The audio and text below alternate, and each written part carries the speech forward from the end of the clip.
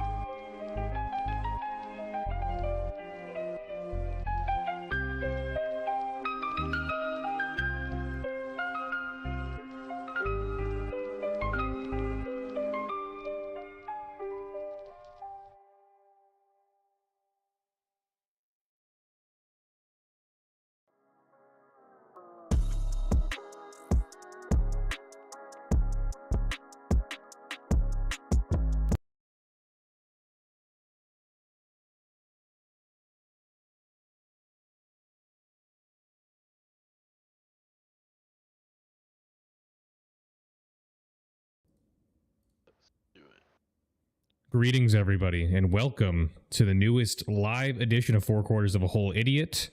This is the flagship podcast for 4QWI.com. We are here once again. I said it a couple weeks ago, the most consistent podcast on the internet today. We're glad to have you. My name is Noah, your humble host for the evening, along with my co-hosts. Kevin, first up. How we doing, baby?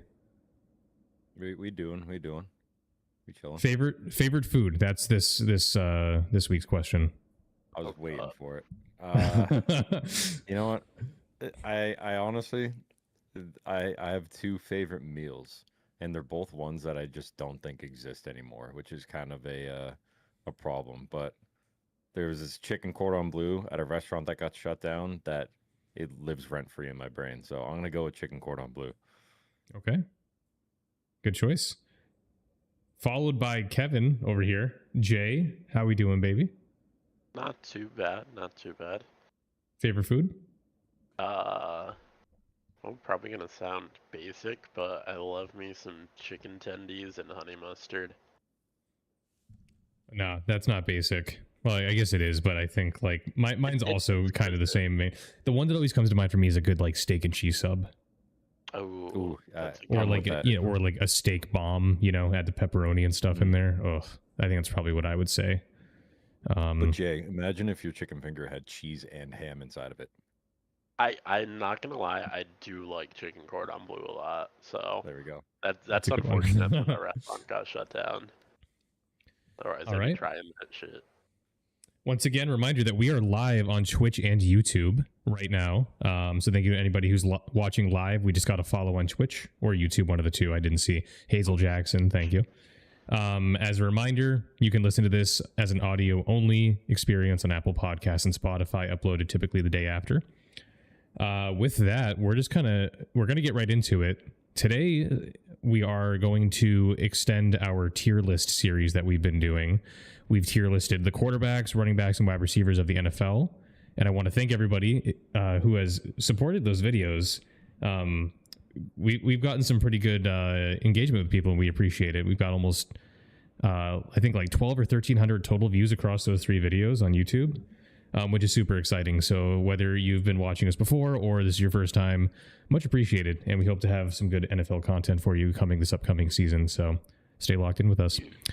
We are tier listing the AFC teams today. This is the first part of a 3-part series we're doing. We're going to tier list AFC teams, followed by NFC tier list on another show in the near future. And then we're going to do a larger, more on all hands on deck NFL season preview show, also sometime in the month of August. So this is where we're starting tonight. If you have not seen one of our tier list videos before, I'm going to basically kind of MC the whole thing. I'll intro each team, give some of the car facts about what's new, what's different, where that team was at the end of last season, and myself and especially Jay and Kev over here are going to give their thoughts on where we want to put them in our rankings. Right now on the screen, we have the S, A, B, C, D, and F tiers. However, we discussed before the show that we wanted to do something different with those. Kevin, do you want to lead the charge on what you want to name these rows, or do you want to kind of do it as we go? All right, let's try and lead the charge. Let's get our creative juices flowing, as you said. S is obviously a Super Bowl contender. That was it's the bread and butter of every ranking tier list, I feel. So we got to leave it as that. A will be a very deep playoff run. Let me capitalize all this. Okay, you got that. B will be bounced in first round. Dang, so there's no in between. Bounce in first round or deep playoff run. If you think about it, NFL is not as, it doesn't feel as long, right? Like, no, that's true. Two games in, like, sometimes that feels like a deep playoff run. You get 3 games in, for some teams that's the Super Bowl. Right. No, so that's fair. Yeah. C, how about choked out of the playoffs? These are the teams that should have been wild cards, and then they blew it at the end of the season, and they're outside looking in. Okay. D, don't come back next year. Okay. That's crazy. F, somehow we got to go below don't come back next year. I feel like don't come back next year should be like drafting in the top 10 next year. Something like that draft, instead. Yeah. Draft top 10. Drafting top 10 next. F for... And then F can be fucking don't come back next year. Do we want to leave it F for now, or do we have a better idea? F is I was just... What do you got, Jay? First pick? First pick? First pick. Forever dead? Or failure, forever dead. Yeah, a lot of good options here. All right. Failure. We'll have a couple different things going on here. All right, boys. So we have our tiers. I'll read them out one more time. We have Super Bowl contender, a very deep playoff run, bounced in first round, choked out of playoffs, drafting top 10 next year, first pick forever dead, failure is our bottom tier. All right, boys. So we have 16 teams to get through. In previous times on our tier list, we just kind of picked the first one and just gone in a row. I'll leave it up to you guys. Is there a specific team you're dying to start off with? Or do you want to just go in the order? I kind of drag these around randomly, but what do you guys want to do? I'm different. Jay, pick a team. What do you want to start with? Pick a team? Yep. Let's start with, I don't know why they're the first one that my eye was drawn to. Let's start with the Dolphins, I guess. Okay, that's an interesting one. All right, guys. So we're going to be clicking around a lot of tabs on the screen, but I'll be sure to kind of narrate what's going on for those of you who aren't watching the video. We're going to start with the Dolphins. their 2024 season was an interesting one. They finished 8-9, second in AFC East somehow. Well, not somehow. That was a not so good division. In terms of points for, 345 points for was good for 22nd in the NFL. Points against was 364, 10th in the NFL. We'll quickly just go over the quick story here. Is Tua Tagovailoa only played 11 games. Of course, he got concussed again. And then we had Tyler Huntley and Skylar Thompson getting reps in for that team. The other thing I will mention here before we get into the additions and subtractions from the season is some of the larger kind of team stats in general. So Miami finished just about middle of the pack in the NFL in terms of total yardage, 325.9 yards per game. And then on the defensive side of things, in terms of yards per game, they finished 4th in the NFL. So defense did a pretty decent job, it looked like, and this is just by yards per game. We're just looking at that. And then we'll look at points per game. The Dolphins allowed somewhere in the top 10-ish off the eyeball. I wish this showed the numbers, but it doesn't. So then going into where we're at for the Dolphins going into this season, some of the things that they have brought onto their team is on the screen. Zach Wilson signed a 1-year deal. Alexander Mattison, my boy, has joined the Dolphins. We, of course, have, where is he? Minka Fitzpatrick joining in a trade with the Steelers in exchange for Jalen Ramsey. So we have him joining the defense. And then on the other side, subtractions for the Dolphins are all on your screen. The biggest ones to point out here are, of course, Jalen Ramsey. And then Raheem Mostert was another person who had a couple good seasons with them. So we're going into the season now. We have, as it stands... Oh, you were going to say something, Jay? I was going to say, I feel like Javon Hollard and Calais Campbell are pretty notable. Yep. Guys. Didn't Johnny Smith kind of pop off last year for them, too? At least more than he did with the Patriots. I think he did. Let's see. Johnny Smith. If NFL.com will load. 88 receptions for, 884 yards and 8 touchdowns. That's pretty damn good. It's pretty damn good for a tight end. Especially at his age, too. He's like 30-something now. 30... He's 29. Wait, no. Oh, no. Arms. His arms. He has 33 arms. Okay. Man. So just to go back to the previous season for the Dolphins, they did finish 11-6. That was the last mostly healthy Tua season we had. He played 17 games that season, of course. So just keep that in mind as we're discussing, but obviously some moving parts on both sides of the ball. I'll turn it over to you guys.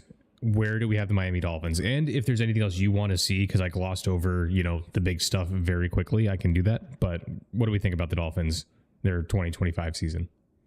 I personally don't have high hopes. I mean, neither do I. They got Minka Fitzpatrick, which is nice, but they lost so much on their defense. Jalen Ramsey, Javon Hollard, Calais Campbell.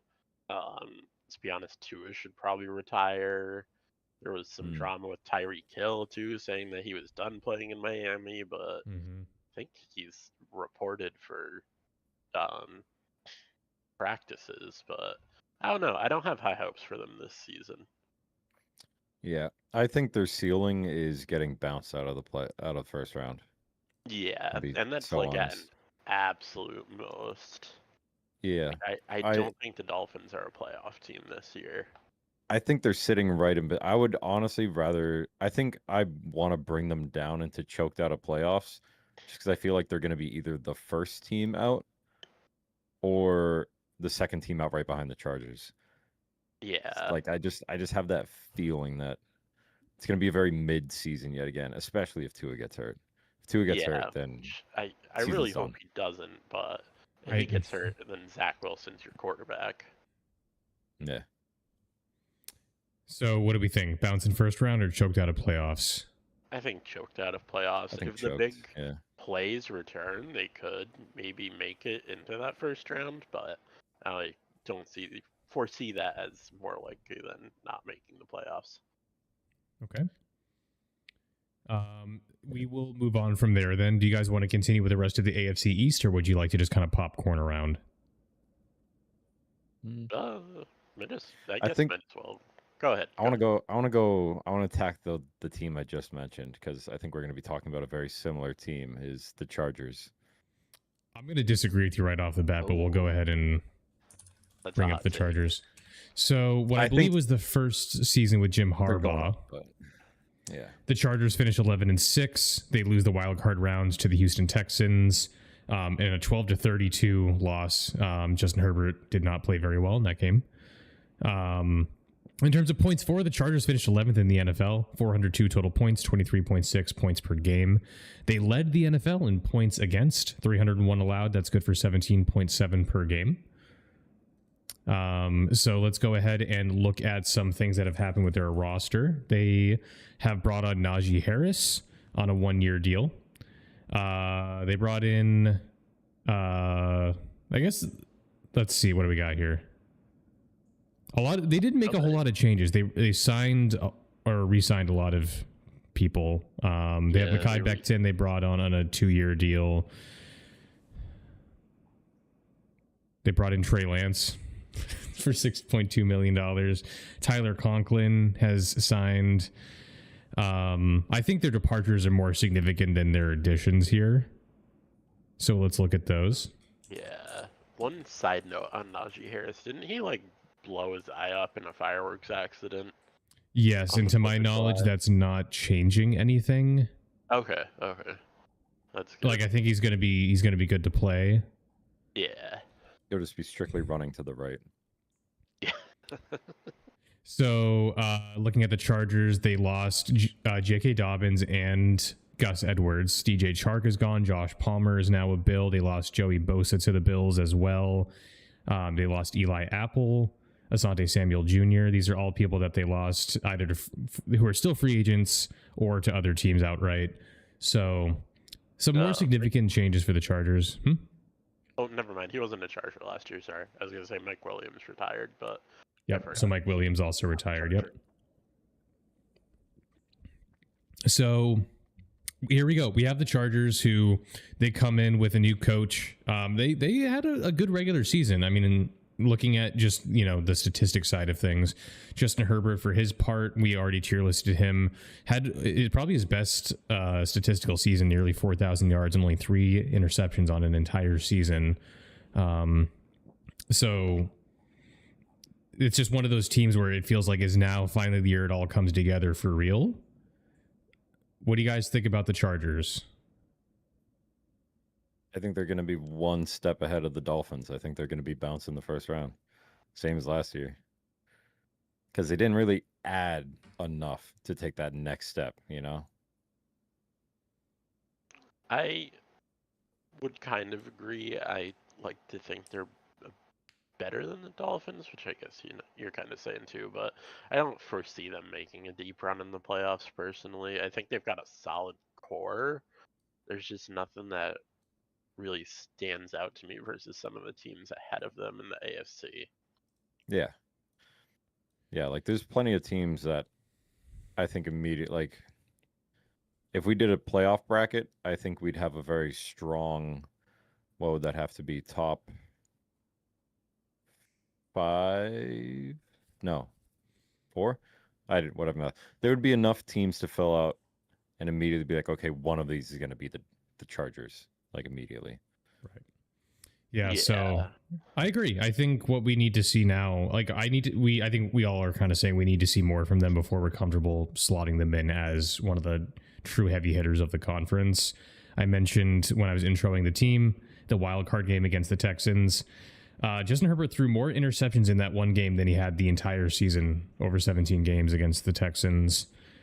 His stat line is here on the screen there. He got sacked 4 times for 31 yards, 1 touchdown, 4 interceptions, 14 for 32 on passing for 242 yards. So the jury is still out on Justin Herbert on when is he finally going to put it together with his team? When are they going to finally have a good playoff run? Because what was this, his 5th season in the NFL or something? Yeah. And I don't think you can totally blame things on Justin Herbert necessarily, especially after the season he had. But I think bouncing first round is where we need to be with them right now. I think they have the right coach and they have solid personnel, but I don't know. Yeah, the potential's there. I think Herbert needs to take that next step. Okay. Any final thoughts on the Chargers before we move on? Nope. Okay. Nope. Who's next? You tell me. You guys can you kind of. You pick a team. I pick. We got All two. right. Yeah, you pick a team. Let's pick a team that I think could be better than people maybe will expect this season, and that is going to be the Las Vegas Raiders. Let's talk about them. Interesting. Let's talk about the Raiders. So let's talk about the 2024 Raiders. They finished They're 4. going to be better than this, like surely, right? They finished 4-13 in the NFL. They were 29th in points for with only 18.2 per game, and then 25.5 points allowed per game, which 25th in the NFL.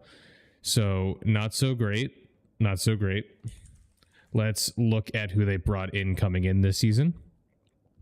So they brought in Geno Smith in a trade. Geno Smith will be the starting quarterback for this team. Raheem Mostert signed a deal to come in. Philip Dorsett. They got Max Crosby on a 3-year extension as well. And then looking down, they brought in some new pieces here like Jamal Adams, Eric Stokes. So bolstering their secondary. So they're making some moves on both sides of the ball. But let's look at who they lost. Coming over here to the Raiders again on departures. If I can find them on my screen. I need to go up. No, I need to go down. You know when Control F just doesn't work when you need it to? All right. So they lost a couple of people, as you can see on the screen. Robert Spillane, Nate Hobbs, Marcus Epps. Amir Abdullah, who Kevin hates. We learned that. Or no, it wasn't Amir Abdullah. Never mind. I'm thinking about somebody else from our tier list. Alexander Madison, unfortunately, lost the best running back in the NFL in him. Gardner Minshew goes to the Chiefs. So they didn't lose a whole lot. They definitely gained a bit, and especially on the offensive side of the ball. So I think this team isn't not going to be playoff material necessarily, but I think they're going to be a team that's going to play you kind of tough, especially compared to last season. What do we think about the Raiders right now? Where do we want to put them? I'm personally not super high on them. I kind of have here just some quick notes I made about them. I wrote Geno Smith, Brock Bowers, and Max Crosby, and that's about it. Although I guess they do have a couple more pieces than that, but they'll probably... Yeah, that's true. They'll probably win that one random game a year that they won against the Chiefs, like they did last year as well.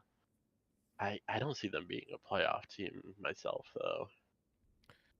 Yeah, I don't think they're playoff, but I think they, kind of like Noah's saying, they're going to be that hard-nosed 8-9, 9-8, like right middle of the pack type team that doesn't make playoffs, but they're really annoying to play against for whatever reason they might come up with that day. You know, one day they might show out with a defense that stops you and only lets you get 3 points.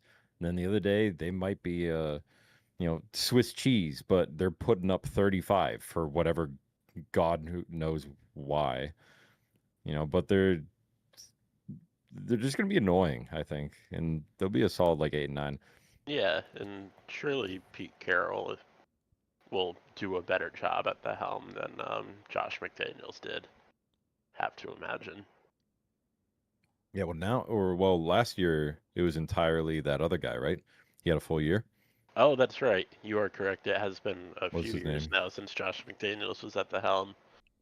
Yeah, I'm forgetting. Antonio Pierce. Oh, who I think Antonio of. Pierce. Yeah. Yep. Antonio Pierce came in at the end of 2023. That's right. Yep. And they were 8-9 in that 2023 season. I think what the tipping point for me and why I think I'm agreeing with what we're saying here, what you two are saying about this team at least being... Oh, I forgot. They had Pete Carroll coming in as their coach as well. How did I forget that? If one of you said that already, that's my bad. So I think this team is at least going to be better coached. They're going to have a more experienced coach that has won a Super Bowl. On top of you're instantly improving your quarterback play when you have Geno Smith coming in over any of the three that you see on your screen: Minshew, Aiden O'Connell, or Desmond Ridder. So Kobe Myers. Yeah. Best QB in the league. Yeah. All right. So what's the consensus on the Raiders here? Solid. Choked out of playoffs. Because they've added, added more than they've subtracted. I think choked out of playoffs almost sounds like they're supposed to be in the playoffs, though, which I'm now realizing. But they're going to be right outside playoffs. They're never ever going to be in the playoff picture. I think they're just going to constantly be 1 or 2 games out of it. You know? Yep. Yeah. Just hovering. All right. The Dolphins, on the other hand, they're a team that's going to be like, they're going to be contending for the division, and then all of a sudden they'll just fall off, and they'll be gone. Mm-hmm. Very different vibes there. All right. Well, I guess we'll go back to Jay then. Who do you want to cover next, Jay? Let's talk about the Indianapolis Colts. Oh, yeah. I was just looking at them. Here's another team. Wavelength. Very interesting team. They're right there. Okay, so here's a team of all time. So the 2024 Indianapolis Colts finished 8-9. They were 17, so basically smack dab in the middle. Points for 22.2 per game. Points against were 24th out of 32. 25.1 points per game allowed. They, of course, had a combination of Anthony Richardson and Joe Flacco passing for them. Looking at their overall additions on the team this season, they brought in Daniel Jones, who may end up being the quarterback for this team. We are entering preseason very shortly. We still don't know who has that job in Indianapolis. So just something to think about. Not many other kind of big changes here. They have Travarius Ward, who they brought in. That I've seen. It is so far. Not a couple re-signs. Khalil Herbert joins. And then on the other side of things, let's look at who they lost. On the screen, they lost a bunch of people into trades and free agency. Nothing that I think is going to overwhelmingly change one way or the other how this team does. They lost a lot of pieces on defense. I'm not going to act like I know a bunch of these names here, but yeah, we have the Colts. I think what they're missing at this point is a quarterback that can just like not lose them games. They need a steady hand, and your options are Daniel Jones, who is Daniel Jones, or Anthony Richardson finally taking a leap. I think this is a team like they went 8-9. They're a scrappy team. They'll be fooled by their points against rankings over here. They got a lot done against these teams and really played tough. If you look at some of these scores, they lost to the Texans by 2. They lost to the Packers by 6. Let's look at these other losses. Lost to the Texans by 3 again. Only lost by 8 to the Vikings, 10 to the Bills. They're playing a lot of these teams pretty tough. So just something to think about. 8-9 is respectable given that they just didn't have, the quarterback play that they're looking for. And I think that's like I keep saying, that's the thing that they need. They kind of are, their identity prior to drafting Anthony Richardson was like a season with Matt Ryan, a season with Phillip Rivers. Well, like they don't have a franchise guy. So tell me about the Colts. Where do you guys want to put them coming into this new season? There is so much depending on how well Anthony Richardson is going to play. That man needed to and hopefully has made some strides this offseason to improve his game, and I think so much of how well the Colts are going to perform this year is riding on that. Because you're not going to do much better than last year with I'm blanking on his name. Giants quarterback. Daniel Jones. They're not going to do much better with Daniel Jones at the helm than they did last year. Yeah, no. I would like to see one note, can you go to the Football Reference? Yep. Curious. Can you go to the previous season? I want to see 9-8. It went Still 9-8. second. All right. I personally think the Colts are going to do worse than expected. I think they're going to be picking in the top 10. I don't see either of their QBs making a leap. And even if they did, they don't exactly have the best supporting cast around. You know, it's not the worst, but it's nothing special. Yeah, can we see their receiving core? It's a good one, actually. That's Alec Pierce, Josh Downs, and Michael Pittman Jr. The greatest man of all time, Michael Pittman Jr. Fuck that guy. And then they have, of course, Jonathan Taylor. So, like, their offense, I think, on the talent side of things, is just a quarterback away from being, to me, a wild card team. I mean, they were nearly a wild card team last year. They went 8-9. You know, they finished second in their division, which the AFC South is, you know, that wasn't very strong last season. But, you know, something about this team is they're going to play you tough. And if they can get their offense right here, I don't see why they couldn't get bumped up. But yeah, until we know that they have a steady hand, I can't put them. I think drafting top 10, at least for me, is probably where I would put them at this point in time. It just, like, I could totally see the argument so that they can sneak into the playoffs, but I just have this gut feeling that we're going to be disappointed by them. Yeah. They're just going to underachieve. They've had too many mid seasons hovering around 8-9, 9-8, you know, just kind of being middle of the pack. I think if they don't perform extremely well in the first 6 games of the season, they're going to start considering blowing it up. And then they're going to be drafting top 10. Yeah. Yeah, if the quarterback play doesn't take a step up, then teams are just going to stack the box against Jonathan Taylor, and you're going to have a lot of similar results as you did last year. All right. I could see them drafting in the top 10. All right, we'll put them there. I'll say it one more time. They're one decent quarterback away from being somewhere in that wild card race, but yeah, we have to see. So, all right, Kev, it's up to you now. Who would you like to cover next? I know we're just kind of beating the shit out of the bottom of the table right now, but I think I want to bring in what I think is going to be one of, if not the worst team. Ooh. And that's the New York Jets. All right, this is the fun one. All right, 2024 Jets. Yikes, that's all I can say. So the Jets finished 5-12 on the season. They finished third in the AFC East because our boys, the good old Pats, helped them not finish last. They were 24th in the NFL in points for, 20th in points against.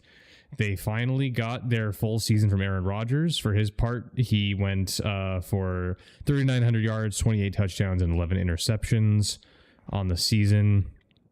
They are entering the season. It was supposed to be Justin Fields coming in at quarterback. However, last I heard, he's dealing with some form of injury that he may be missing time for. Yeah, he is hurt tore his right ACL. Now. Did he? He tore his ACL. He tore it? I think he. That's what I heard. That's what Seattle told me when he just read the ESPN notification.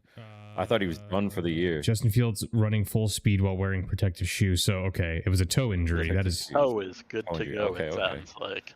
So right. it should also be mentioned that Aaron Glenn is now the coach for the Jets as well. So Aaron Glenn, of course, was the defensive coordinator for the Lions over the past 4 years. So just something to think about. They have a defensively minded coach coming in for the team. They have returning cast members such as Breece Hall and Garrett Wilson as well. Justin Fields showed some flashes last season with the Steelers. Just another thing to point out while we're talking. And speaking of Justin Fields and why he's even on the team, let's talk about additions to the Jets in the offseason. So they signed Justin Fields to a 2-year, $40 million deal. They re-signed Garrett Wilson on an extension. They signed Josh Reynolds as well. They signed Sauce Gardner on an extension, along with various other names that you can see on your screen. Mostly defensive additions here that we can observe. And then on the departure side of things, Aaron Rodgers is, of course, now with the Pittsburgh Steelers. Other than that, okay, I guess Control F won't work again.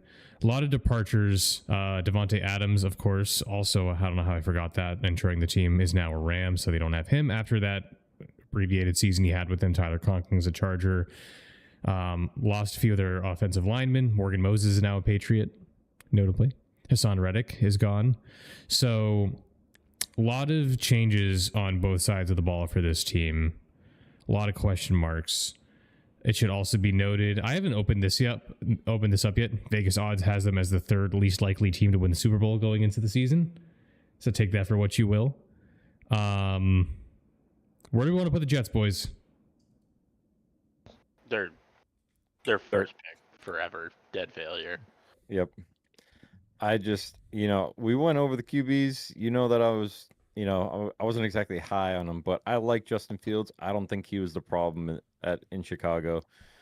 I think the Steelers needed to give him more playing time. I just have a feeling something's going to go wrong. It's the Jets, yeah, and they've lost more than they've picked up. I feel. I mean, I'd agree with that. I don't care how, just bad of a situation he's been in for the past 5 years. It feels now. Devontae Adams is still Devontae Adams. He really helps pulling coverage. Doesn't matter if his QB isn't throwing to him; he'll still pull coverage, which makes it a lot easier for those other receivers. And they don't get that help anymore. Garrett Wilson's game is going to suffer with Adams not there anymore. He's going to get double, triple covered. Because who else do the Jets have to throw the ball to? They have Josh Reynolds, who they signed. Alan Lazard is still there. Tyler Johnson is a person that exists. Go ahead, Kev. I keep seeing reports that Breece Hall is just the most depressed man on planet Earth. Apparently, I could see that. They're just saying that there's competition for the RB1, and he's just given up. He's just I don't know, man. I don't why even try anymore. And he's just checked out. Yeah, he had stud potential that I think the Jets just broke him. Yeah. He was. Yeah, he's good. He is. He's a very talented running back. Yeah. The Jets are just the Jets. There's just something in the water in those, well, I guess New Jersey waters, technically. Yeah, it's New Jersey. Let him know. That's Kev. probably part of the problem. I don't know. So I think they're gonna be fighting for that number one pick. Scratching and clawing. All right. Yeah. Is it my turn? Yeah. Yeah. All right. Let's do an interesting one. Let's go for the Jacksonville Jaguars next. Let's just go back to the AFC South for a hot second. So, is it fair? I have thoughts on this team. These teams. So the Jacksonville Jaguars in 2024 finished 4-13 on the season. Somehow was still third in the AFC South. They did not come in last in that division. They were 26th in the NFL in points for with 18.8 points per game, 27th in points against, allowing 25.6 points per game. Of course, they split time in the quarterback position. Trevor Lawrence gets hurt after 10 games. Mac Jones starts. So, yeah, there you go. The Jaguars, a team that, by the way, was, I think, didn't they won a playoff game 2 seasons ago? Yeah, they beat the Chargers. It was a great game. Yep, it was. And then they finished 9-18 or 9-8 rather the season prior, and then all of a sudden they go 4-13. So let's talk about the Jaguars and who they've added. On both sides of the ball, they've made some additions. The most important one here, they signed an offensive tackle, Robert Hainsey over here, 3-year, $21 million deal. Eric Murray Safety comes in. Jordan Lewis, cornerback, all come in. And of course, they drafted Travis Hunter to play wide receiver and cornerback. He's listed as such. And then in terms of who they lost, everybody on your screen here, they lost Evan Engram, who had a very good season. Mac Jones is a 49er. I know they're rolling in their graves over that. A lot at receiver. Gabe Davis, Duvernay, Christian Kirk, Josh Reynolds. Yep. Gabe Davis technically still has a chance to come back, but he's. I don't know. I don't know what his plan is. He's just a lot of people kind of just chilling still as free agents. Yeah. The Jaguars have the 9th least odds to win the Super Bowl this season, according to Vegas. Just wanted to point that out.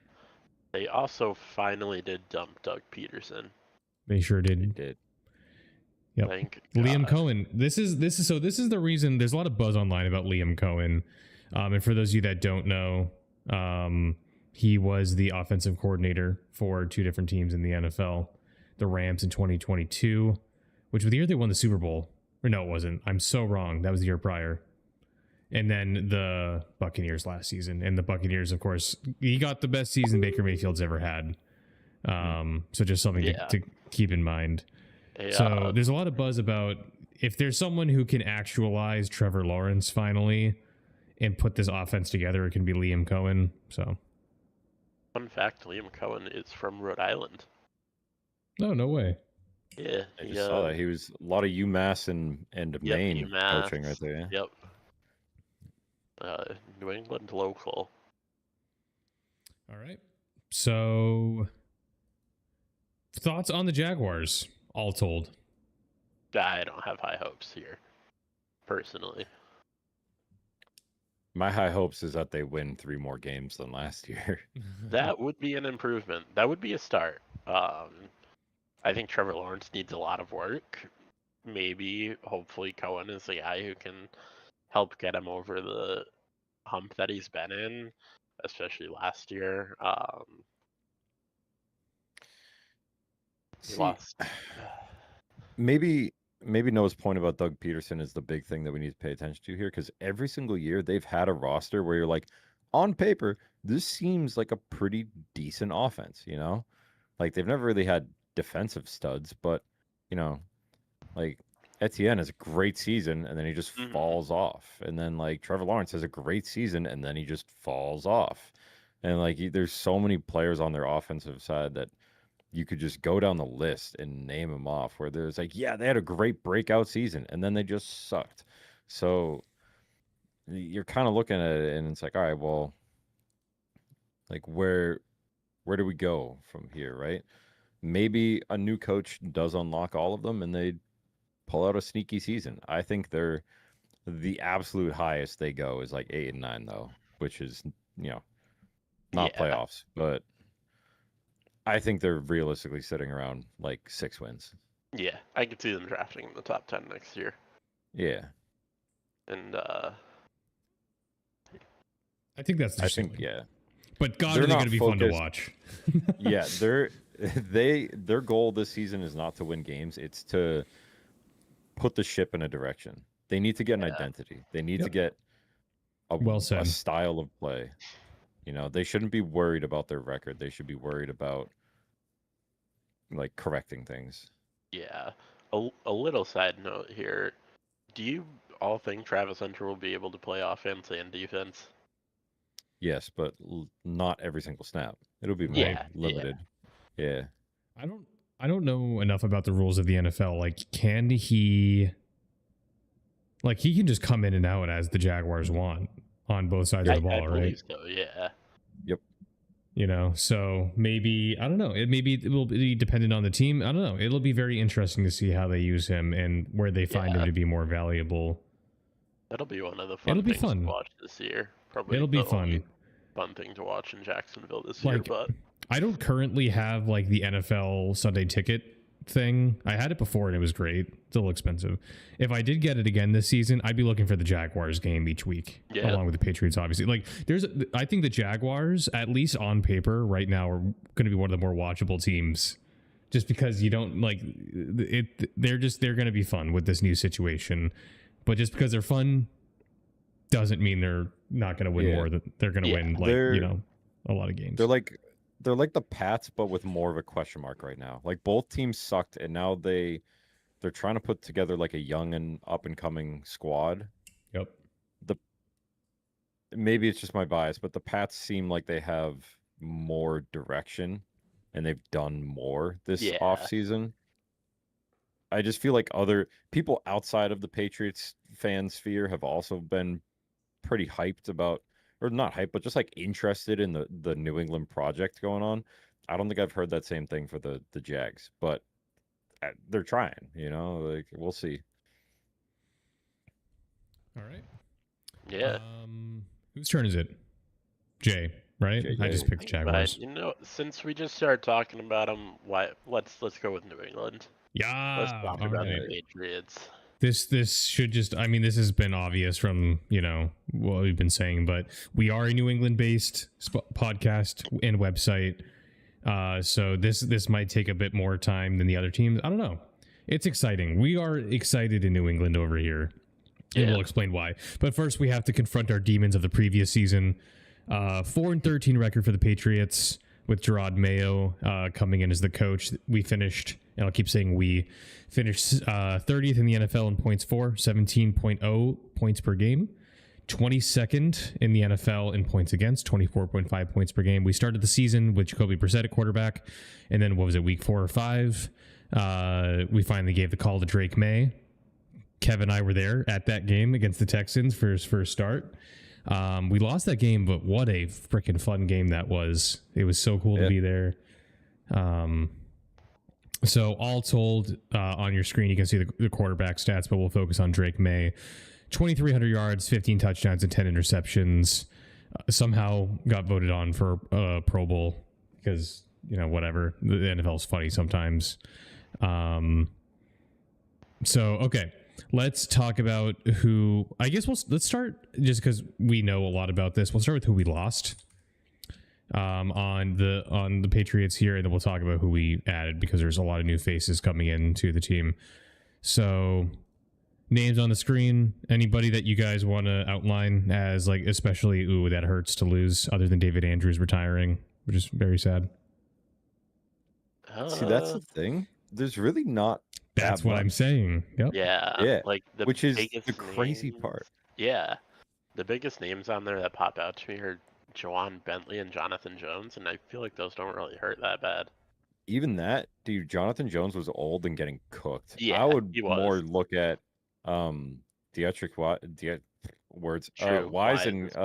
Godshaw. Right. Yeah. Like our defensive line was not that good.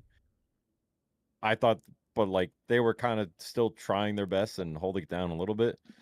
But now they're gone, and I'm like, all right, well, who's next? Which we've done plenty this offseason that now Noah's going to pull up. But I mean, across the board, never mind our actual positional pickups too. Like every single coaching hire has also just seemed to be the right move. Yeah. Which, yet again, New England bias. But at the same time, I'm seeing plenty from like random art, like New York Times is fucking writing articles about how the Patriots are making good moves. And I'm like, okay, well, maybe there's some credibility here. Like maybe we actually are doing the right move and getting a good team together, which I was just about to ask for this new season because I was curious if they had expected win-losses, but it looks like they don't. It's on the so I actually have another tab over here. So this is in Vegas. This is from teamrankings.com. This is just a website that includes odds and things like that. Right now the Patriots are at 8.2 projected wins on the season, with a 37% chance to make the playoffs. And then looking at Vegas odds, they are, I think it's 9th, 1, 2. No, 11th lowest odds to Not top win the 10. Super Bowl. Yep, it's true. Yeah, I think that's pretty bang on. Like 8 and 9 feels like the ceiling. Yep.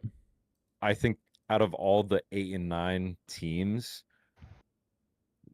it might be my bias, but I feel like we have the best chance to be that dark horse that sneaks in as a wild card.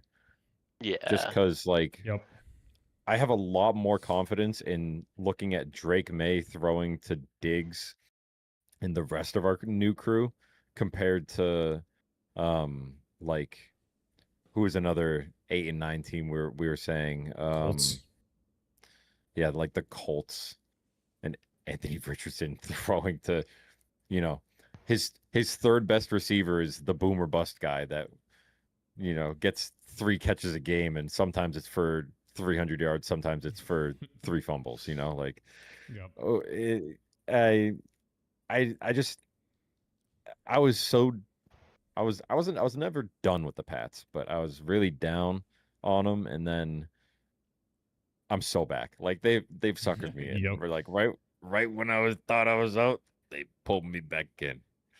If you guys haven't, you need to watch Forged in Foxborough on YouTube. I think it was Kevin who said it was just like it's pure propaganda, but my God, I'm like, I watch it, I'm like, why? You know, we could win the Super Bowl. Why not? You know, like I'm convinced. Yeah. Dude, the first half of the first episode was just a Mike Vrabel glaze fest, and I was so in. I was like, he's the GOAT. I was like, get him his gold jacket already. So just to verbalize this as well, because we haven't touched on who we've actually added to the team. Some of the more notable names here, of course, Stephon Diggs is now a Patriot on a 3-year deal. We signed Austin Hooper, who he had his day. He's not quite a big deal anymore, but Morgan Moses coming in, offensive tackle, something we desperately needed.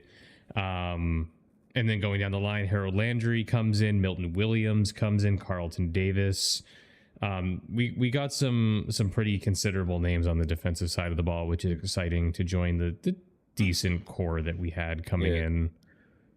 Never mind, people have also, like, this isn't showing our draft, and people are like, we had like a top 3 draft. Yeah, they drafted it. People were raving about the draft. Yep. So, all right, we've glazed. Where realistically is our spot for the Patriots here? 2025 Patriots on this tier list. If I'm being realistic, I'd say probably choked out of playoffs is their ceiling. Realistically, they are the last team in choked out of playoffs. Yeah. As those 2 websites were showing, they are the 11th worst team in the NFL. So they're not top 10. Yeah. But we're flirting, you know? Yeah. But like I said, out of any of the teams that we're going to be putting in choked out of playoffs that could sneak in,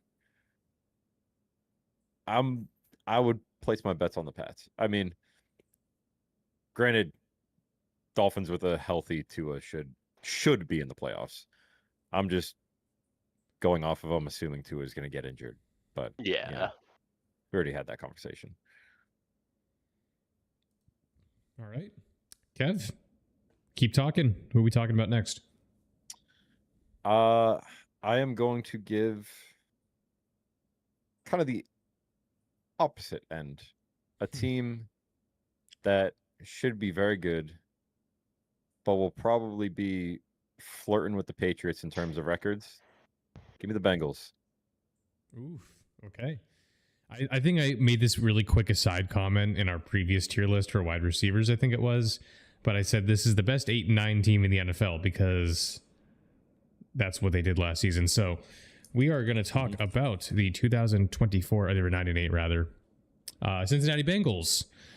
They finished 3rd in the AFC North last season, 6th in the NFL in points for, 27.8 points per game. However, that defense, 25th in the NFL, 25.5 points against. Joe Burrow had an absolute freaking heater of a season, MVP caliber. Led the NFL in completions, attempts, yards, and touchdowns. I believe that's what the bold is here. I don't want to misspeak there. So 4,900 yards, 43 touchdowns, 9 interceptions. But yeah, I don't know. They couldn't make it happen. So then additions coming in on the season and extensions. They signed Jamar Chase to an absolute gigantic deal. T. Higgins to a big deal. Re-signed Mike Gesicki. Brought in various names that you can see on your screen here. A lot of defensive pieces that were either re-signed or brought on fresh out of free agency or trades. Most of these are signs. So the team is trying to figure out what they have to do to shore up their defensive end of the ball. Because it'd be tough. Which, yeah, it's good they kept all those names you mentioned on offense. So at least you're holding that steady. I expect to see maybe not the same season out of Joe Burrow, but, well, it'll be good. Because last season, he had a monster season. I expect just like a really good season this season. If he has another monster one, then he's my GOAT, and he's the best fucking quarterback the Bengals have ever had. But I think he might already be. But those defensive signings, like, they just don't spark confidence. Like, yeah, your defense was terrible last year. To them, there's a lot of 1-year deals, transaction wide. Like, fucking, are we picking people up off waivers for your defense, and you think that's gonna help you out? I don't see it. I just don't see it, and I think they're gonna be in the exact same spot. They have to hope that the AFC is weak for them to sneak into the wild card, which is sad to say for the Bengals. I did see that Trey Hendrickson did end his holdout in his reporting, but it's still kind of saying that not much has actually changed in the situation. So exactly, your only good defensive piece has that contract drama going on. Like, it's not a pretty situation. And you just signed how much money away to your offense? Are you even going to be able to pay him? If I'm Trey Hendrickson, I'm not happy. I'm reporting to try and not be selfish, but I'm not happy about the situation. If I'm Trey Hendrickson, I'm getting traded before the season starts. I'm requesting a trade. Outside of Trey Hendrickson, there's not much going on that defense. Nope. It should also be pointed out that Joe Burrow does always have questions about his health. That's another thing. He's had, in his career up to this point, he's had 2 seasons rather, that were injury shortened in some capacity. So just something else to think about. So which, to be fair, is usually because his offensive line is getting blown the fuck up every play, which is insane that he puts up the numbers that he does. It's crazy, the line that he gets. But I also want to shout out the Netflix series Quarterback. The second season just came out, and Joe Burrow is one of the people they follow, along with Jared Goff and Kirk Cousins. It's really good. I'm like 4 episodes in. Joe Burrow is a weird guy in like a good way. Like, some of the stuff that he says, it's funny. So just putting that PSA out there if you're looking for something else to watch to get excited for the season. So here we go. Bengals. Anything else you guys want to say about this team before we throw them on the list? No, I think we've said our piece. Where do we put them? I think they choke out of the playoffs again. I think they're the best team in this choked out of playoffs by far, but they're probably going to get choked out. Yeah, I can see that. I think they're at the very top of that tier, but a lot has to change or go right for them to make the playoffs this year, I think. It should also be noted too that they're like, it's uncanny. They're notorious for starting off each season just fucking terribly, and they're playing from behind the entire season. Yep. Like last season they started off like 0-3, and then they were like 2-5 or something like that. Like they lost to the Patriots in the first week of the season. And so that's it's a recurring storyline for this team, is that they always start really slow and then they start to put it together. And it's too late sometimes, looking at their game log last season. Yeah, they started 0-3, and they were kind of trading wins a little bit, and then they won their last 5, but it wasn't enough. They went on a Which, tear. my God, some of these losses were like so painful. Uh-huh. Both Even those yeah, losses the against the Patriots. Ravens, oh, Yep. they were, and it wasn't even just like, oh, a 1-score game, whatever. It was like the missed field goals, Yep. the drops from the holder, and you're just And this like, is all oh, this is come all on. covered in the quarterback series on Netflix. You get to hear Joe Burrow talk about it, and he tries so hard to be like, he says like verbatim, like, you know, I can't be like blaming other people because what happens when I mess up? I'm like, Joe, you can be a little more mean than that. Because you know, in his head, he's like, oh my fucking God, you know, like after the season he just had. This man like carried that team to their record. But it's kind of like, for me, they're like a better version of the Jaguars in that, like, they're, at least, you know, talking about watchability, another very, very fun team to watch, and I'm excited to see some Bengals games this season. Sure. I was really rooting for them in that Super Bowl, you know, and I hope they come back. But go ahead, Jay. They have a fun, high-powered offense that defense just drags them down so much. Yep. Yeah, they're kind of like they're kind of like the Red Sox. They're the most entertaining team because no matter what, someone's getting blown out. Like, there's gonna be scoring. You're never gonna have a fucking 10-10 game when the Bengals are playing. You know, it's gonna be a barn burner. All right. So we'll move on from the Bengals. I kind of want to move the Bengals up a tier, but we can move stuff around later and we can discuss further. Is it my turn now, or did I? Yeah. Who just? Okay, it is my turn. All right. Let's talk. Let's get the Kansas City Chiefs on the board here. All right. I think we know where we're going to put them, but I'm curious to just hear thoughts about how this discussion will go. So the Kansas City Chiefs last season finished 15-2. They of course lose to the Eagles in the Super Bowl, and don't let that final score fool you. It was a bloodfest. Like it was if you're a Chiefs fan, it was miserable to watch. If you're not a Chiefs fan, it was great. It was great to watch. I loved it. Super Bowl. Jay and I watched it together, and I had a big smile on my face the whole time. It was incredible. So for their part, offense, this is something you don't expect from the Chiefs. The offense finished 15th in the NFL, so basically smack dab in the middle in terms of points for, 22.6 points per game. But their defense finished 4th in points against, 19.2 points per game. Continuing from their season prior, their defense has been pretty phenomenal. So, and of course, that season prior, they won the Super Bowl. I've been mentioning quarterback play, so we'll go to Patrick Mahomes. He played 16 games. I believe the game he didn't play, he was resting.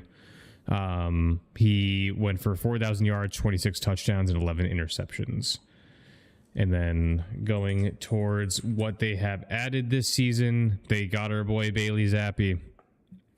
They signed him. Oh my God, Bailey! They've actually had him. They re-signed Kareem Hunt. They signed Elijah Mitchell.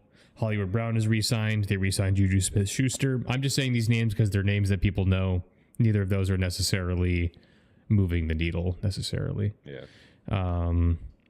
So defensive pieces are signing/re-signing, but just mostly a lot of returning people here on this list. And then looking at departures from the season that just passed, as you can see on the screen, DeAndre Hopkins is no longer on that team.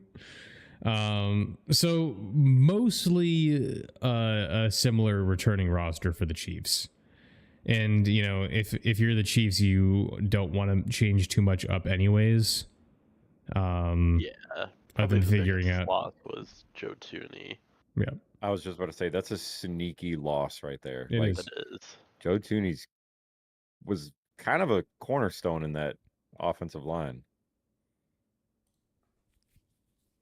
I know he was a Chicago Bear. Yeah, 32 and a quarter arm. Yep. That. So right now, Vegas has the Chiefs as the 4th most likely team to win the Super Bowl this season. while we're covering that. And then according to projected wins, they are projected third most, 11.0 wins this season. So That better odds than the Lions feels a little crazy to me, but maybe that's just me. So Chiefs, I mean, I think we just throw them in Super Bowl contender, and then we can kind of have a. Although I feel like Kevin's gonna have something to say about that. I may or may not have something to say as well. Okay, I want to put put them, and I welcome that. If you guys want to take that conversation, go ahead, Kevin. I want to put them in a very deep playoff run.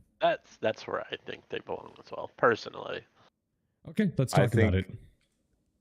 I think they just, it's got to catch up to them eventually, right? Has not been good. They are barely scraping it along, and for the past like 4 seasons, maybe I'm just a hater, but you are a hater. There's been plenty of ref ball, bro. There's been plenty. I mean, of course. Oh yeah. These wins cannot keep falling to them. Eventually, it's gonna catch up, and I'm really hoping this is the year that. My God, I hate both these teams, but Bills or Ravens, like, please, for the love of God, just put them down. That is my hope. Yeah, they were extremely lucky all last season throughout the regular season, and then they got exposed by a very, very good team in the Super Bowl. It's 2 years in a row now that Patrick Mahomes has kind of taken a step back in his performance. Travis Kelce is another year older. I think it was that they finally played a team that their priority was to not make mistakes. Yeah. Here's an interesting stat too. Like they finished 15-2. Just to throw this out there, only a plus 59 point differential for the Chiefs. Last season. That's great. So. Yeah, they got so lucky all year. So many one-score games that easily could have and should have gone the other way. Their running game is not great. They lost Joe Tooney on top of that. Rashee Rice is back, but he might get suspended to start the year. Like, I don't know. They're still the Chiefs, of course, but they're gonna pull their bullshit. They're gonna end up in the AFC Championship, but like, they need to get tossed. They need to get tossed. It arguably should have last year, but some ref ball came into play in the championship game. Yep. Okay. But yeah, they're still the Chiefs, so very deep playoff run, but I'm hesitant to call them a Super Bowl contender. We will leave them. I think this is just something you got to treat like, as long as they have Patrick Mahomes, they're going to be a Super Bowl contender. I think if we are agreeing that they're going to be in the conference championship, I think that just makes them a Super Bowl contender. I think to me a deep playoff run is minimum like divisional round, like you've won a wild card game or something. I don't know. That's just me. Oh, but we can leave them there. They're a well-coached team. I think they're probably going to win 13, 14 games. But and it just is what it is. We have to suck it up. Yeah. See, the problem with the AFC here is that it's like it's no secret the 3 best teams are the Ravens, Bills, and Chiefs, right? Mm-hmm. But we're sitting here looking at it, and it's like all 3 of those teams are in different divisions, so they don't have to worry about competing with each other when looking at their seeding. They'll play each other once a year, and that's it. Yeah. And because of that, the seeding is in such turmoil where it's more or less which one of these 3 teams is going to get lucky to not be on the same side of the bracket as the other team, Yeah. So if it's Ravens and Bills on one side and Chiefs on the other, then like the Chiefs got lucky again. If Chiefs are on the same side and have to play like the Ravens or the Bills in the divisional game, that's where I'm really expecting and hoping them to finally lose. Because I feel like they play poorer in the divisional round too. Like they start to heat it up in the championship game, Like they did not play a great game against Houston in the divisional round. Yeah, Luckily, Houston 23-14 is horrible. played a pretty bad game themselves, but the Chiefs did Yeah. not play a good game. Like, yeah, but they do. They continue to like not be on the same side of the bracket as the Ravens and Bills, and the Ravens Bills have to play each 177? other.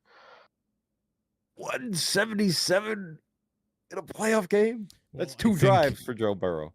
I think, but I think okay. I don't want to sound like I'm glazing, but like, who is he? He doesn't have many people to throw to in this game. He has Travis Kelce to throw to, and look at the stat line that he has. Yeah. You know what I mean? He doesn't have Rashee Rice, and he doesn't have. I guess he does have Xavier Worthy in this situation, but I don't know. Just something to think about. Other than that, like, Hey man, for a while, Tom Brady was throwing to janitors. All right, I won't be having it. Anyways, he always had a guy at least, you know. But okay, we'll move on from the Chiefs. We're back over to Jay. Who do you want to cover next? We have 7 teams left. Broncos. Okay, this is going to be an interesting one. I think the Broncos surprised a lot of people last season. So the Broncos finished 10-7. And that was their second season with Sean Payton as their head coach. They made it to the wild card round. I would say exceeding expectations, especially with a rookie quarterback. So they were 10th in the NFL in points for, 25 even per game. Third in the NFL in points against, 18.3. And I want to point out it's a massive improvement from the season prior, where they were 27th in points against, allowing 24 per game. That season was the season they allowed, what was it, 70, how many points to the Dolphins? 70 points. Yep, 70 points. So a lot of things changed for the Broncos. So Bo Nix over here played all 17 games, 3,800 yards, 29 touchdowns, and 12 interceptions. He impressed a lot of people. Finished third in voting for Offensive Rookie of the Year. And then looking at who they've added this season, they added Evan Engram, who is kind of a dog. He's been around for a while, but he had a pretty great couple of seasons in Jacksonville. They signed J.K. Dobbins, who, when healthy, is kind of a thunderbolt sort of player. Not to make a pun because he was just a Charger, but if he's healthy, that's a good addition. And then a couple of additions to the defensive side of the ball. They re-signed a offensive tackle. Yeah, they brought in. Other than that, say that again. They brought in Trey Greenlaw and Talanofu.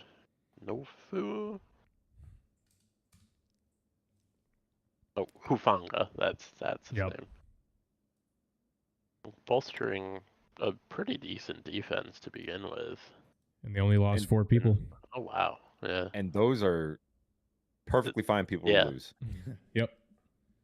I don't know anything about Cody Barton. Questionable. Did they lose a lot? Cody Barton, you're an interesting looking guy. Yeah. So the Broncos added or re-signed a lot of their roster, and only lost a couple of people that are not needle movers in the context of their team. So, assuming there's no sophomore slump, I like the Broncos this season. Why not, man?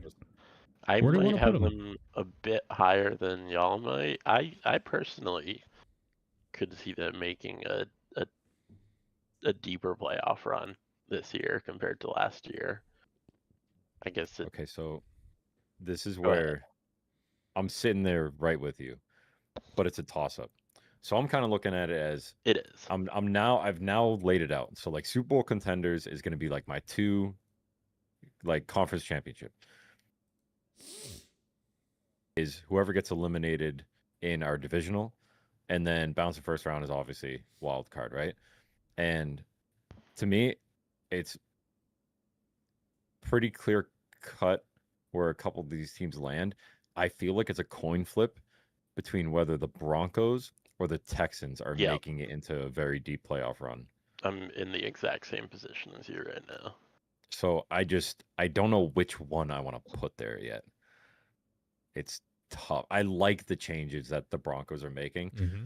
And the Texans, they did lose Diggs, but they also didn't have him for their playoff run last season, so it's not like that really was a factor, you know?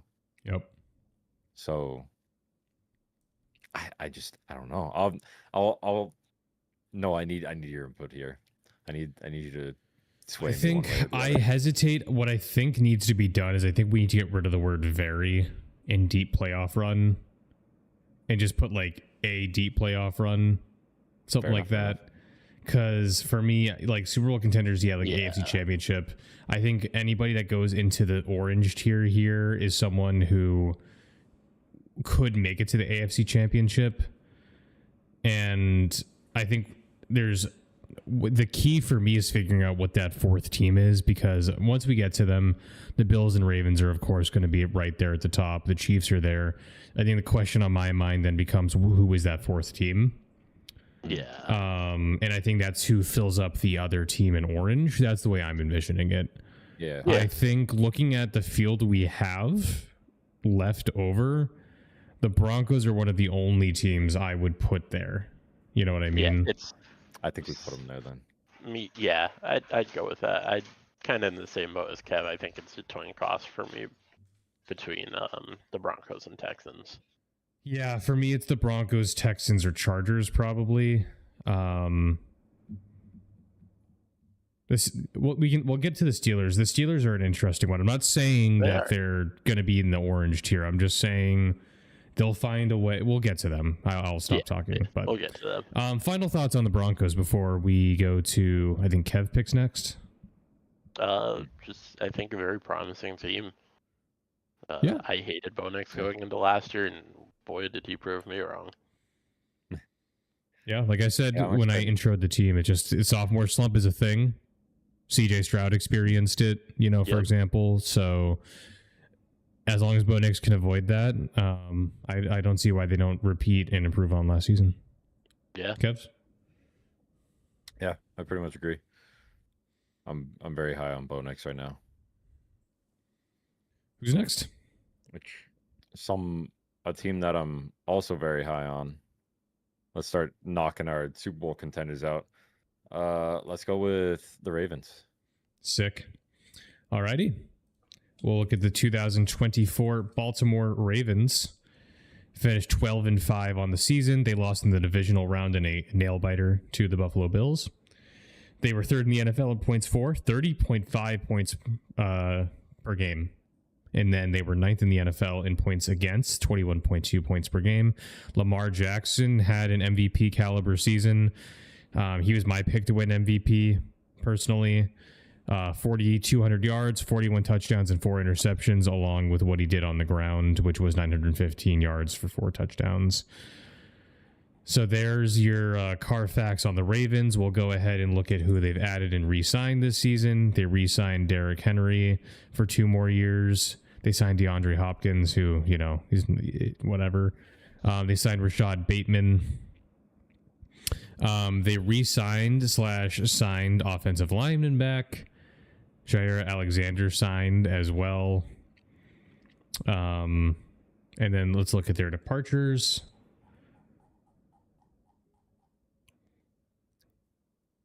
Bunch of names over here. Deontay Johnson, who I don't even think he played the full season with them, is gone. They lost Tre'Davious White. A lot of these other people I don't really recognize immediately, so I would assume they're not the most important aspects of their defense, but I could be totally wrong. I know far less about defensive players than I do offensive, so I'm not going to pretend like I do, but I know a lot of people were pretty high on their first round pick too.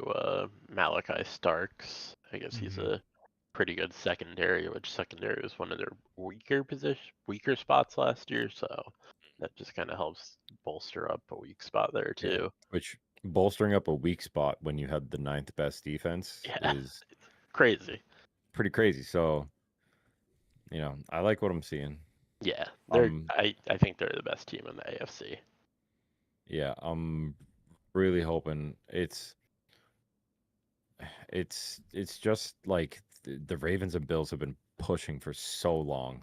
And they just need that last little bit. And I'm really hoping that they can. It can be a Ravens Bills conference championship. I'm really hoping I for would that. love that. Like I said, it comes down to the seeding, right? Yep. These two it got put on does. the same side of the bracket. That's why we didn't see it. So One of these teams needs to take that 1 seed. Yep, and that's a big if they can. It is.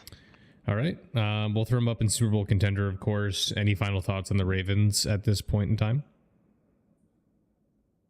scary. Nope. Yes, they're a very good team. All right, let's go ahead and let's see. We have Xavier Ballin in the chat. What's good? Thanks for coming in. Appreciate you. Okay, I think we just need to rip the Band-Aid off and talk about the Cleveland Browns. Because, like, at least, like, out of the 4 teams we have left, even, like, the Titans have something to look forward to. They have this Cam season. Ward at least. He's supposed to be really good. So let's talk about the 2024 Cleveland Browns. Yeah, so they went 3-14. They finished dead last in points for in the NFL. 15.2 points per game is putrid. 27th in the NFL in points against, 25.6 points allowed. Do you still have the point spread up? That has to be the worst point spread last year, right? Oh, in terms of differential, let's look. I can sort by league. Or did the Patriots have them beat? Oh, no, the Panthers were minus 193. The Browns were minus 177 differential.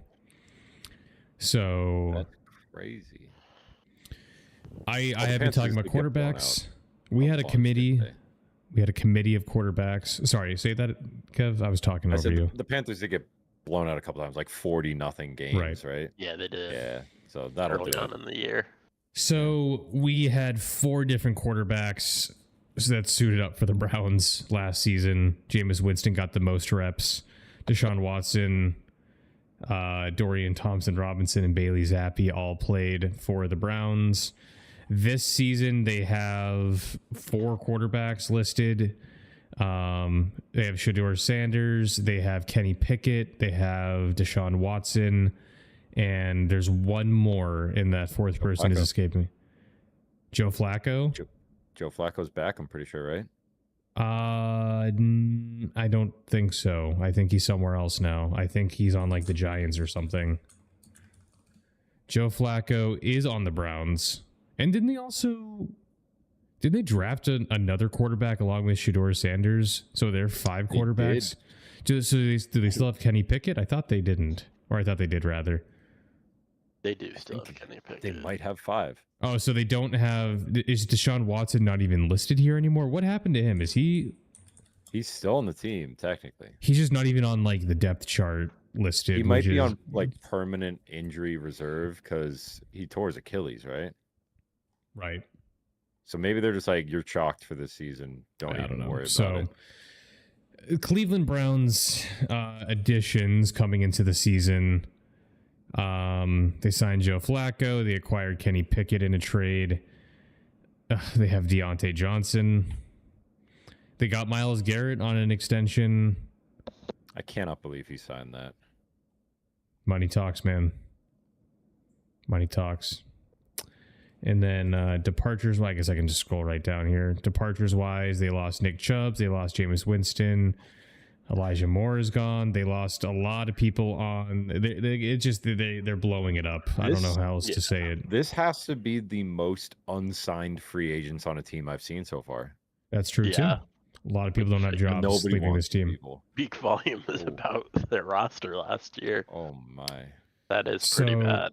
I don't know what there is to say about this team other than they're dog shit. Put the paper bags over your heads, guys. You know, they the might fans. actually get the first pick.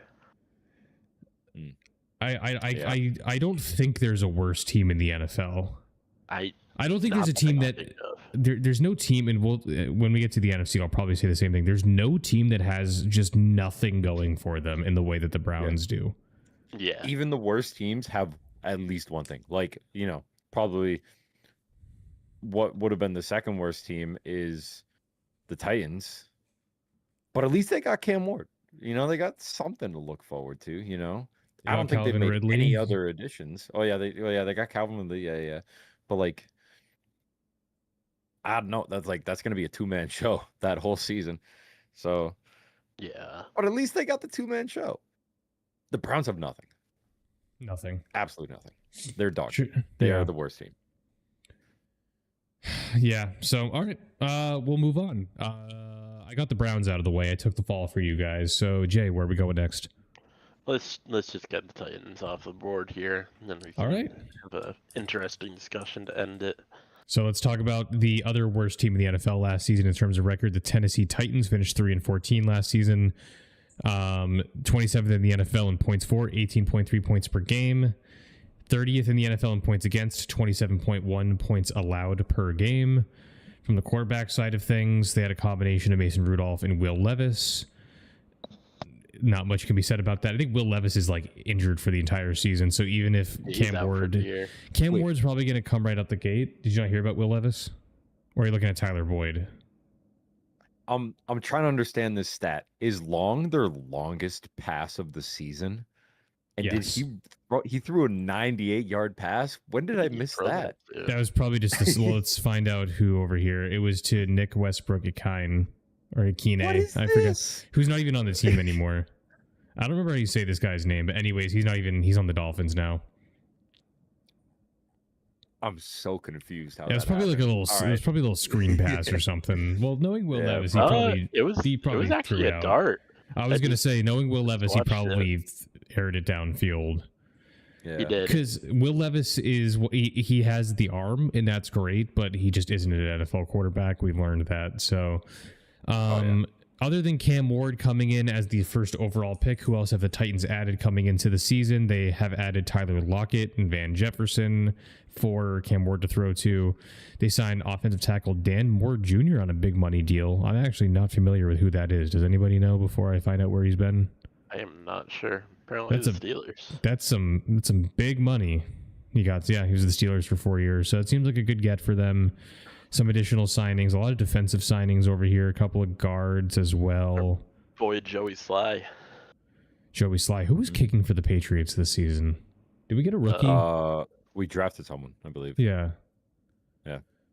And then looking at departures for the Titans, let's come over here. Not a whole lot of like gigantic names here. We got Harold Landry from them, which is nice. That'll be exciting. The Titans are in an era of rebuilding. I think it'll be fun to see what a first overall pick does, but you got to feel for him a little bit, assuming... Let me check with ESPN and just confirm. I'm assuming Cam Ward is going to start day one, according to the depth chart, and he is, so... Yeah. You have Like Tony funny Pollard, and Calvin Ridley, and Tyler Lockett. You have some respectable names over there. So you have a foundation there on offense. Chigakonkwo had a decent season last year as well, as far as tight ends go, that is. So there's some decent pieces there, but that defense doesn't seem like it's improved a whole lot. So if you're Cam Ward, you're probably going to be playing from behind a lot and just kind of airing it out. I don't know how else to say it. So Yeah. Yeah. If I had a nickel for every time a Patriots kicker got signed by the Titans, you have at least two nickels. I'd have 3 nickels. What, Nick Folk Sly Even and Gostkowski. Gostkowski, right? and Gostkowski? Yeah, I forgot about Gostkowski. All right, so where do we want to put the Titans on the tier list? I think they're going to be drafting top 10. Yeah. You think they get drafting bumped up top a little bit? I Yeah, could see I them. don't think I they're could see them getting 4 or 5 as- wins this season. Yeah, I don't they think they're should. as disrespectful as these other 2 teams. Yeah, they should win more than they did last year. They're going to be picking in the Yeah. top 10 again. But That's I so. will that's say last year. the Jets and Titans are real close to each other, but I just feel like they're that meme of the 2 people driving by each other in the cars, and the Titans are going one way and the Jets are going the other way. So I just feel like they're just going to end up below them, but the Titans are probably still going to be very bad. It's a good time to be. We don't have to cover them next, but it's a good time to be a Houston Texans fan because you know you're winning the division before the season even starts. That is true. Yeah. All three of your opponents are drafting top 10. All right, so there's the Titans. Kev, who do you want to talk about next? Division winners, Houston Texans. All right, let's talk about the Houston Texans, which is a team that had a lot of hype coming into the season, and they didn't quite hit the mark the way that maybe their fans were expecting. So just to go back to 2023, they went 10-7. CJ Stroud had, for a while, people thought an MVP caliber rookie season. We come in for the second year of his career with the Texans. They go 10-7 again, but they do lose in the playoffs to the Chiefs. In terms of where they finished in the NFL in rankings, 21.9 points per game was, I think, less than what people were expecting, 19th in the NFL.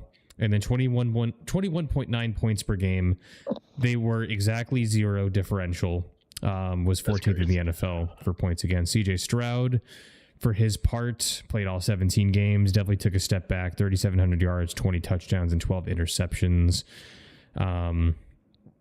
That's your quarterback play. And then looking at who's coming in this season for the Texans, they brought in Nick Chubb, who is an interesting at this point in his career. Christian Kirk has come in from the Jaguars, and then on the defensive side of the ball, a lot of people either got re-signed or signed, including Derek Stingley Jr. He got re-signed on an extension. CJ Gardner-Johnson as well. Yep. That's a big pickup. Danielle Hunter signs an extension. So those are some big money deals over here. So it seems like they just wanted to wrap up most of what they had. They brought in a couple of names as well here. And then in terms of departures, we'll head over there for a second and look at that. Let's come up here. Stephon Diggs didn't play the entire season, but he's now a Patriot. Shaq Mason is currently a free agent. Didn't realize that. So brought in people to supplement the defense, whoever they didn't bring back. So the Texans are an interesting one because they're a team on paper that, yeah, like I was saying, people were expecting to do better than they did coming into the season. Looking at their depth chart, they have Joe Mixon and Nick Chubb, Nico Collins, Christian Kirk, and Tank Dell, along with CJ Stroud. So their offense is in good shape, assuming that they're all healthy. So I think the question now becomes, does CJ Stroud rebound from that sophomore slump? To me, if they do, they can make a playoff run. But what do you guys think? You tell me. Yeah, I think just off the math that we put the Broncos up, we got to bring the Texans down. You know, like that's how I'm looking at it. But Texans or CJ Stroud, they love a divisional round loss. They love it. That is very true. Yeah, I guess we'll see. Yeah, I do think that Stroud will have a bounce back year. I think how well they perform is pretty largely dependent on that, but I think he has a bounce back year and flirting with an appearance in the wild card or divisional round. So the Texans love to lose in the divisional round. That's the wrong team. I was looking at the tiers and I clicked blue and red and I clicked the wrong team. All right. Any final thoughts on the Texans, boys? Nope. All right. Nope. We have two more teams. I am going to pick the Bills because I think, know where we're putting them, and the Steelers will be an interesting one. So let's talk about the Bills next. The team that holds reigning NFL MVP Josh Allen. Last season, they go 13-4. Should have been Lamar, but I agree. They go 13-4 last season, second in the NFL in points for 30.9 points per game. And then on the defensive side of the ball, 21.6 points allowed per game, good for 11th in the NFL. They, of course, made it to the AFC Championship game against the Chiefs. They lose by 3 points. Another unbelievably close game. Josh Allen, for his part, NFL MVP, 13-4 record, 28 touchdowns, 6 interceptions, 3,700 yards, and then on the ground added 530 yards and 12 touchdowns. Additions to the team, a lot of people re-signed / signed, new faces on the defensive side of things. Joey Bosa, notably one of the big names here. They re-signed Josh Allen for gigantic money, 6-year deal, $330 million. Elijah Moore, Josh Palmer are some sneaky pickups that could have solid seasons. A lot of people are actually saying things about Josh Palmer being a favorite right now on that offense, so just something to think about. And Allen does tend to have a guy who he just loves to throw to. A lot of people who exited the team don't have a job right now. Amari Cooper, which I didn't realize is not on a team. Oh. Von Miller is not on a team, although I thought he was. There's a team that's courting him right now, if I remember correctly. Oh wait, it says for the Washington Commanders. Okay, that's what it is. It is the Commanders. So it's not updated here. So I'm glad I said that, because I was like I said the word courted. I knew he was like talking with a team, or so he ended up signing with Commanders. So anyways, a lot more additions and subtractions for the Bills. Well, I feel like there's not a whole lot you could really say about this team. I'll let you guys handle it from here. Yeah, they're up there. They're the Bills. They lost Von Miller, but replaced him with Joey Bosa. AFC East is a relatively weak division. They just gotta figure out how to get past Arrowhead. That's it. You're right. We haven't been looking at who they have. They have a November 2nd game against the Chiefs. Just want to point that out. If the luck swings their way this year, they could have a home conference championship, hopefully. Yeah. Maybe that swings things their way. Yeah, their stadium is done next year, right? Not this year? I don't know. That I don't know about. Because they're getting a new indoor stadium. Oh, really? Yeah. Huh. That's really interesting. I feel like they're kind of team that would want to stay outside. I think it might have like a retractable roof. I know what they really did. These pictures make it look like it's. Oh no, that's a render. I know that they were. Everyone's mad about the Miami Dolphins doing the whole sideline in the sun, home field advantage thing.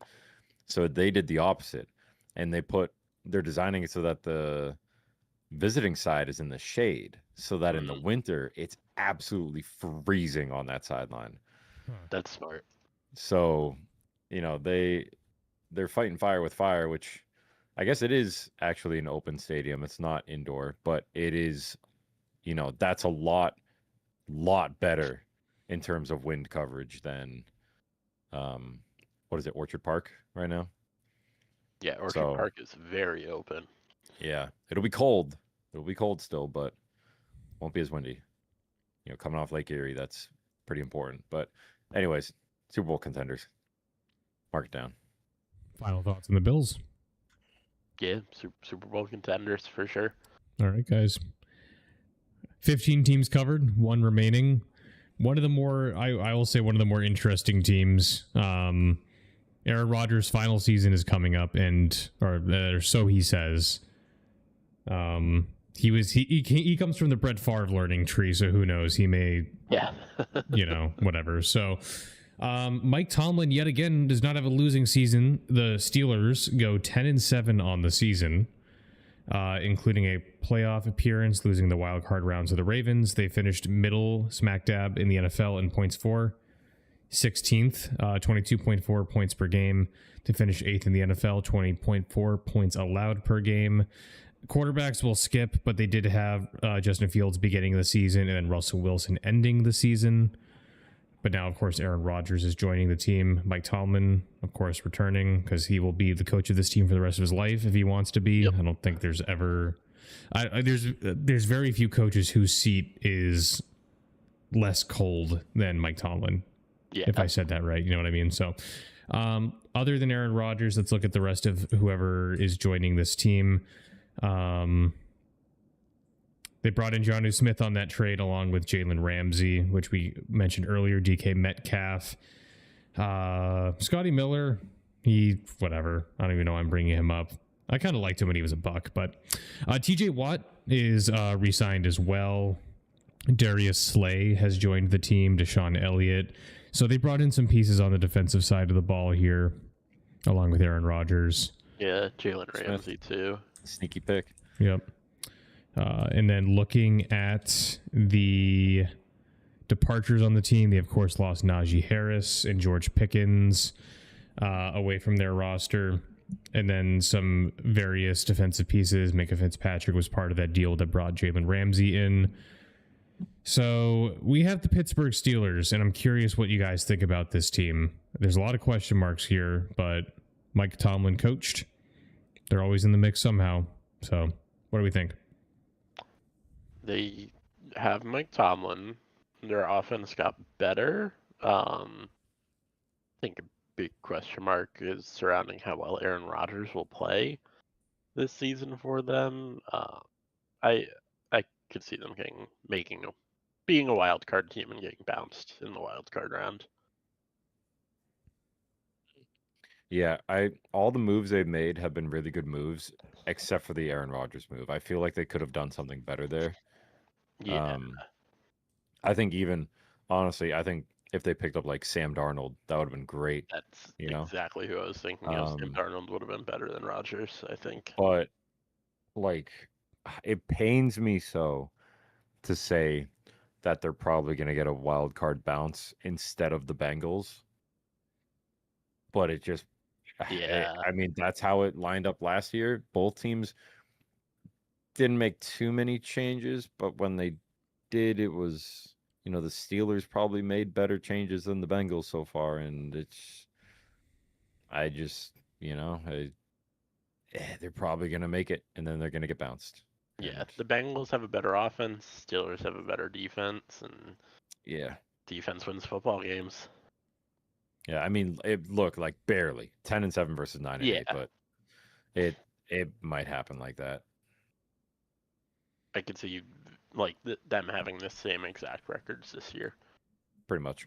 Yeah. And I think it was the three of us that did the quarterback tier list a few weeks ago. We ranked Rodgers kind of low. I still think he's still somewhere, he's serviceable, and I think he's going to be able to, he's not going to lose them too many games. He made some mistakes last season that were kind of rough to watch, but I think in this situation, I think the Steelers are probably somewhere right around 10 wins is what I'm trying to get at. I think they're going from an old Russell Wilson to an even older Aaron Rodgers. Yeah. Kind of a wash. Aaron Rodgers just feels so checked out too. Oh yeah. Like, I don't know if he's actually going to be able to perform. Yeah, that'll be interesting to see. He's already looking forward and saying this is his last season. Most people that announce their farewell tours before they happen don't really perform, to that same level. Yeah. They're just kind of riding it out. Exactly. So I agree. It's usually also, you only announce it when you're doing like this is my farewell season on my hometown team, like Kobe with the Lakers or Wade on the Heat, but it's, he's Paul Pierce on the Clippers right now. Nobody cares, bro. Go away. Yeah. I agree. But yeah, they probably get bounced. Bounced in first round, I'd say. Which, if I do say so myself, this is the perfect distribution. We have this right? We have 7 playoff teams in there, the way that this shook out. Yeah. It pains me to see the Bengals on the outside looking in this scenario, but I think that's... It does. Unfortunately true. I almost want to put teams... I want the Bengals to win. I want the Bengals in the Super Bowl, bro. But it won't happen. Okay, so before I have some thoughts. I know we all do. So I will read this out just for people who aren't, physically watching. This is what we have currently.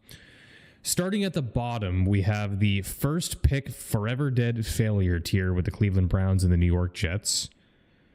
And then we have the drafting top 10 next year, and it's just 3 of the teams from the AFC South. We have the Indianapolis Colts, the Jacksonville Jaguars, and the Tennessee Titans. And then we have that's hilarious. Oh yeah, and Kevin mentioned distribution. This is a nice bell curve that we have going on here. It's a very nice bell curve. So we have the choked out of playoffs tier with the Cincinnati Bengals, Miami Dolphins, Las Vegas Raiders, New England Patriots. Above that, we have the bounce in the first round tier, which is the Los Angeles Chargers, Houston Texans, and Pittsburgh Steelers. And then we have our top 4 teams. We have a very deep playoff run. We have the Kansas City Chiefs and the Denver Broncos. And then we have the Super Bowl contender tier with the Baltimore Ravens and the Buffalo Bills. Do you guys want to order these like we have? Some of this is we're just kind of like swapping 2 teams or whatever, but we can put these in order. I'm going to be so honest. I think that's the only change, and then Texans for Chargers. Everything else feels pretty right. I actually would agree with that. Yeah. This is pretty good. So what I was going to say before, I think the one hang up I have, if I could point out one on this, and I don't think I'm going to be able to persuade you guys, is when I'm looking at this tier, the choked out of playoffs tier with the Bengals, Dolphins, Raiders, and Patriots, I don't see the Dolphins on the same level as those other teams. Like, or rather the Bengals. Like, the Bengals feel better than all 3 of those teams. And I almost feel like there should be a tier between bouncing first round and choked out of playoffs for like some sort of like purgatory situation. Get a better defense. They, on this tier list, they have the best offense. Right. And I don't think it's even close. Yeah. Like, you could make an argument for the Ravens probably, because Derrick Henry is a monster, and he, having him, the Bills too, because Josh Allen is a monster. Lamar Jackson is also a monster, but it's like, if you look at those teams, I think the scariest person on the Ravens is Derrick Henry, which you game plan for Derrick Henry, which opens it up for Lamar to pass. Josh Allen is just a monster in the fact that he almost has this Tom Brady effect where he has bums for receivers, and yet he still somehow gets it done. Mm-hmm. And then he can also run, which is crazy. Yep. Joe Burrow is just fucking insane. Jamar Chase is insane. T. Higgins is probably the best second receiver in the league. And, Gesicki had a good year for them. They just signed, what's his name? Am I crazy? They just picked up a running back, right? Like a half decent one. Let me confirm. Well, they do have Chase Brown, who came in. No, they just have Chase Brown. They signed Samaje Perine, but that's kind of whatever. But Chase Brown had a very good season last year, and he's going to be their RB1. So I'll bring up his stats to kind of bolster your point. But this is what he did last season: 229 carries, 1,000 yards, 7 touchdowns. So, I mean, 17th in the league for yards is not bad in terms of like an individual effort as a running back. All they need is outside of because they have that passing offense, they need a running back that can do this. 4.3 yards per carry, probably somewhere in the top third of the league-ish. They just need someone that can carry the ball when needed. Not to mention, he was also targeted 65 times, so he's part of the passing game anyways. So like, their offense is insane. If they just had an average defense, they would sweep the Broncos right out of that spot. They would be fighting with the Chiefs for being the best team in the divisional round. I still think the Ravens and the Bills can get the best of them, but the Bengals proved it twice during the season. They almost swept the Ravens. They were so goddamn close. It was stupid. It was like the most unfortunate, stupid mistakes that would happen. It wasn't just like, oh, they got beat. It was just like, your holder drops the ball twice, was it, right? On field goals to win the game, and then like fumbles galore, and it's just like it hurts to see. Like, I realistically, in my my brain knows that they will be outside looking in, and it hurts to know that. Like, I want to point out while you're talking that Vegas has the Bengals at the 6th highest odds of winning the Super Bowl. If we're going off of, and that's the 4th team in the AFC. So according to Vegas, they should be where the Broncos are. And then the next team after that is the Chargers and then the Broncos. Oh, no, the Texans actually, and then the Broncos. So I'm not disagreeing with where we have the Broncos, but Vegas disagrees. I just don't see it. I think Yeah. Vegas is also based off who's betting where, right? Right. So I'm not saying this is like definitive like science. I'm just Yeah. pointing it out because it's fun to see. Yeah, I think people are riding the Joe Burrow hype and just hoping, but like I still just don't see it. Like, he needs a defense, man. He needs a defense. Yeah, that's the thing. That's the issue that I think there's a bit more of like when we get to the NFC.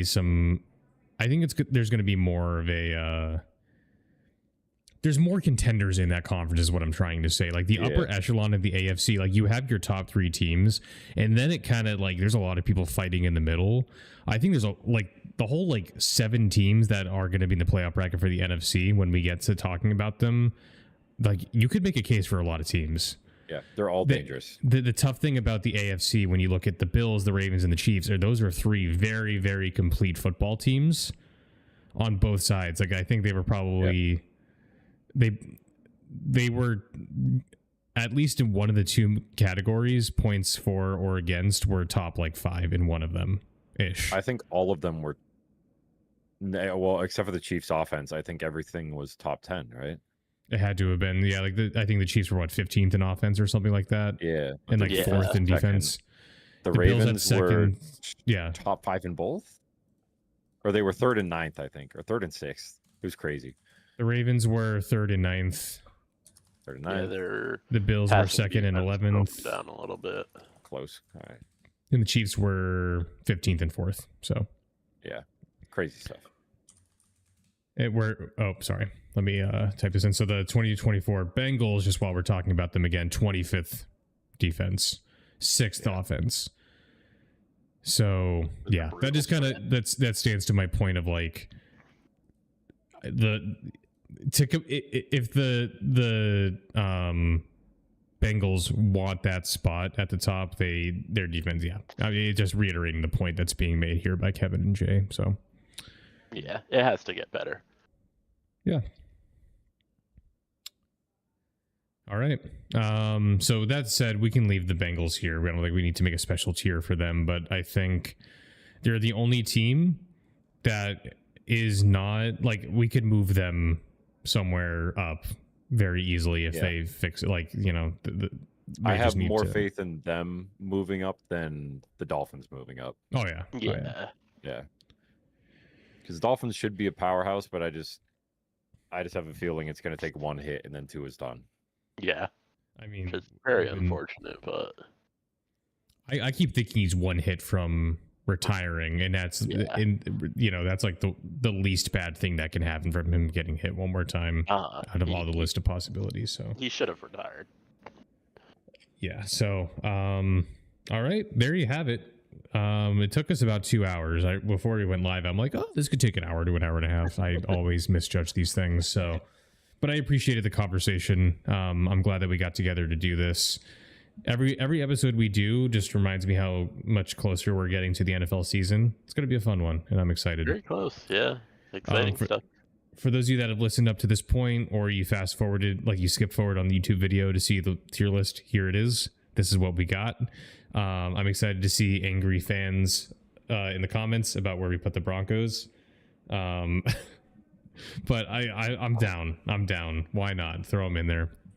The next thing on the agenda for this podcast here is we're going to tier list all 16 NFC teams, and then that will lead right into our big NFL season preview, where we will kind of put our heads together on predicting collectively playoff brackets, season records, end of season awards, and all that. So there's more content to look forward to. And then as we get into the actual season, we'll be posting weekly start and sit articles for fantasy football, along with some additional content as we go, hopefully, along with keeping this podcast going. But until then, we have a couple more preseason shows to do, and we'll see you there. Any final thoughts from you guys before we wrap up? We're getting close. It's exciting. Exciting. Patrick Mahomes is a bum. Anyways. Yeah. Alrighty. We will wrap it up there. Thank you guys for listening and watching, whether it was live or after the fact. We appreciate you. This has been 4 Quarters of a Whole Idiot. Catch you on the flippity flip. Bye-bye.